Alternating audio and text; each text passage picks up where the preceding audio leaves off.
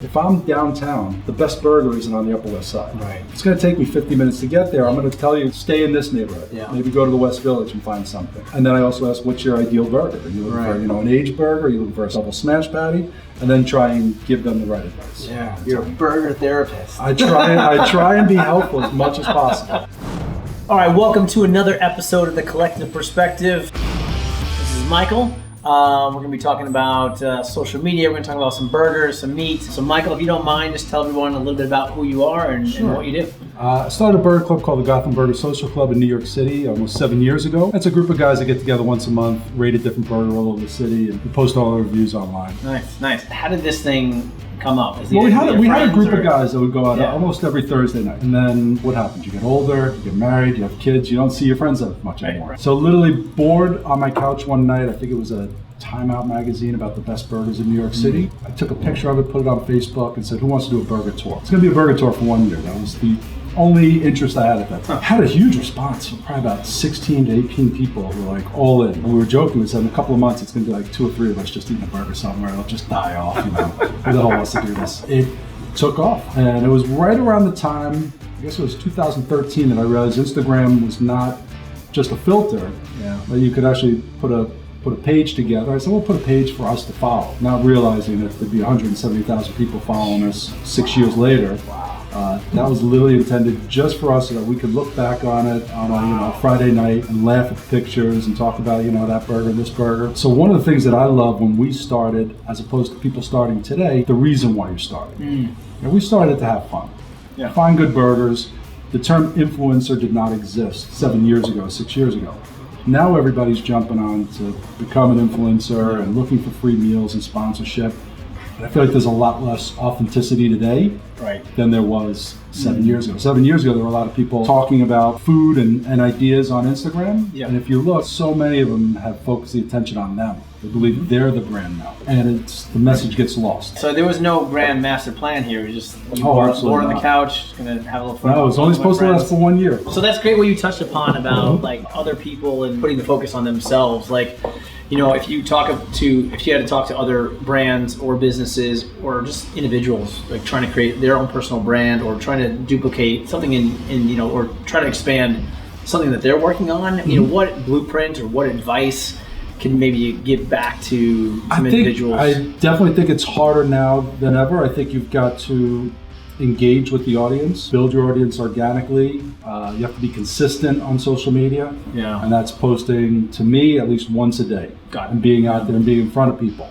I would tell people to work on collaborations, maybe working with some bigger people, all of a sudden they'll see you if you're collaborating with them. And just have, real organic content. I mean, you've got to show stuff that obviously looks good. The quality of the pictures have to be good. You're not taking pictures with flip phones like you were 10 years ago. Spend a little time to curate a good picture. Obviously, you're doing a lot of social media, a lot of marketing. You're probably looking at bars and restaurants, their social media. Is there something that stands out that bars and restaurants are doing really well, marketing themselves or interacting on social media? And then on the flip side, is there something that is awful that you see out there marketing? I think it's staying in your lane. I see too many people veering out, trying, not staying focused on what they represent. Whether that's bar, restaurant, whatever. Are they bringing the right people for the right product? And whether that's a bourbon brand, whether that's, bringing in a burger. I think that's obviously pretty smart to reach out to me and say, hey, we have a new restaurant that's opening up. We have this great burger. We'd love for you to come in and try it. It's staying in your lane. That makes sense. If you're bringing somebody who is a lifestyle brand that's focusing on clothes, and you're trying to get your burger or whatever it might be out there, it's probably going to fall on deaf ears. Their followers are following them for fashion, not food. Let's talk about meat, man. You're going to dinner tonight?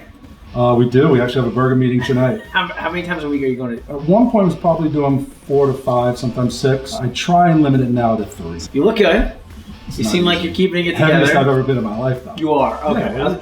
Came from a good place, and I put on probably. But you've been doing it for 6 years? Or? 6 years, 25, 30 pounds later. How do you maintain? There's a lot of things you're going to see on Instagram that aren't actual. So there are the people who are going to have a plate of food in front, a table of food, 20 plates in front of them. They're not eating. I've been around these people. I've seen it.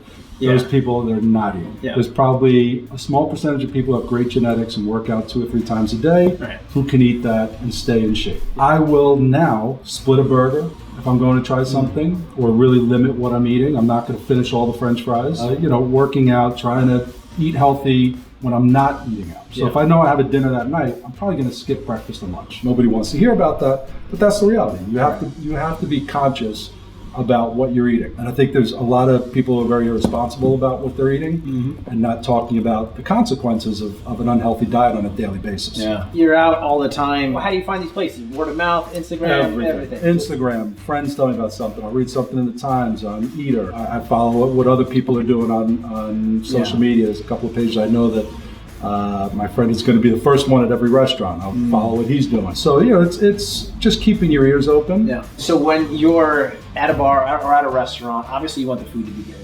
Is there other intangibles that you're looking for at a space, decor? I mean, we range. We range from a burger at a food hall to a nice restaurant. Yeah. The hardest part for us is getting all the guys together. So we were supposed to do originally one space. It's like we could only accommodate 10 people. Yeah. Because we have a very tight, so we couldn't do it. I'm gonna have to reschedule something else with them. But just finding logistics, we'll go anywhere. Yeah. Literally a bar, tavern, because personally I love it, just a greasy smash patty burger that I know I'm not gonna get at a high-end restaurant or at a steakhouse. Right. I find most steakhouses don't do burgers well. Overthink it, or what's going on? I find that the bun always a big problem. I can find the patties to be overcooked or just not flavorful enough. And it's just not the style burger that I like. Gotcha. A big 10-ounce patty on a brioche, tomato, lettuce, thick piece of onion. That doesn't excite me. I like thinner smash patties. Yeah, kind of got it. Get a little dirtier. Obviously, this thing's been building over 6 years. What's next? We started doing pop-ups based on fundraisers, and then people liked it so much they started asking us to do more pop-ups. We've been presented with the idea of opening up our own place. Okay. We'll see if the opportunity arises and makes sense. But literally every day is a little bit different, and we're seeing where it takes us. Are you creating the pop-ups yourself, or you're partnering with different chefs? A little bit of both. I've had some chefs reach out to me and say, hey, we'd love for you to come in. I have reached out to some place and said, hey, would you guys want to do something if I think it works, if it's a good fit? So I follow your Instagram. I love it, man. I don't get much fear of missing out until I see some of your posts.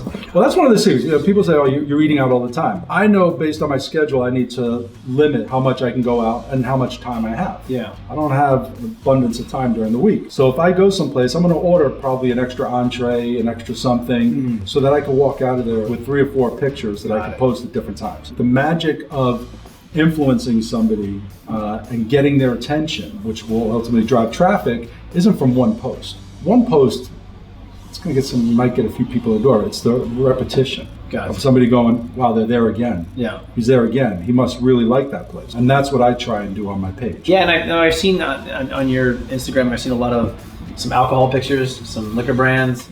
Are you working with different brands? Yeah, we work with some different brands. We have some great relationships out there. Yeah. It mostly starts from us just posting. And we'll post about them and show people what we're drinking. 9 out of 10 times that brand will catch notice. Obviously we're tagging them in the picture, they'll see it, and they'll reach out and say, hey, we'd love to talk to you. So if a brand or a bourbon, I see a lot of whiskey, so I imagine you work with a lot of bourbon and scotch. So if a brand reaches out to you, is it just like, hey, yes, because of X amount of sponsorship, or I'll say a lot of times, if I don't know the bottle or the brand, send me a bottle, send me a sample, let me taste it first. Yeah. I have no problem saying no to somebody. Got it. And that makes me a lot different from the average person on Instagram. They're trying to make a living on there. And I respect that. Yep. I'd make a living somewhere else. So I could be a lot more honest and a lot more, straightforward with my audience on what we like and what we don't like. Yeah. And if I don't like something, I simply just say, hey, thank you for the opportunity, but I'm going to pass. So, obviously you're going out a lot. Events? Is there... The events, and again, it's just tapering expectations. I try and do as much as I can. So I pick and choose the ones that I want to. At the end of the day, there's a lot of great restaurants out there, and you want to go to all of them, but you really can't. You gotta pick and choose your battles. So one of the things I'll also mention, because I think this is important, understanding that there is not a direct correlation between likes and comments versus success of a restaurant. So everybody's looking for that viral moment. There was a burger place in New York City that closed up this year. And the guy's last post on Instagram was talking about all the success he had on Instagram. How many likes this thing got, how many views this video got. And it was a lot of over-the-top food porn stuff. Me, I look and say, well, why are you closing that if you were so successful on social media? Right. I know you'll blame everything else, but ultimately, those gimmicks get you in the house once. Yeah. They're not going to get people to come back. I think that's important for brands to realize. Sometimes less engagement, but if you have an audience that follows your recommendation, it's going to be much more valuable. You know, looking at people who are sharing the pictures and tagging their friends, those people are much more likely to go there. Do you engage when you see people liking, or do you DM people, or people DMing you? Like, what's your... I mean, everybody that comments on a picture, I always try and respond. You do. How important is that? I think it is important. If somebody has taken time, one, to follow and support me, and then ask me a question or make a comment on the picture, least I could do. Least I could do. Take a couple of minutes. I mean, collectively, it takes a lot of time, but currently I still have that window of time to respond. I get a lot of people on DMs asking me, you know, I'm coming into the city, give me your top 5 burgers. And I try and always narrow it down and take it one step further, because for me in New York City, if I'm downtown, the best burger isn't on the Upper West Side. Right. It's going to take me 50 minutes to get there. I'm going to tell you, stay in this neighborhood. Yeah. Maybe go to the West Village and find something. And then I also ask, what's your ideal burger? Are you looking for, you know, an aged burger? Are you looking for a double smash patty? And then try and give them the right advice. Yeah, you're a burger therapist. I try and be helpful as much as possible. And there's people that are going to watch this and are like, no, he did that. I appreciate your time. Absolutely, my pleasure. Super awesome. Thank you for everything. I love what you're doing. Please keep doing what you're doing. Thank you. Another episode of The Collective Perspective. We'll see you guys next time.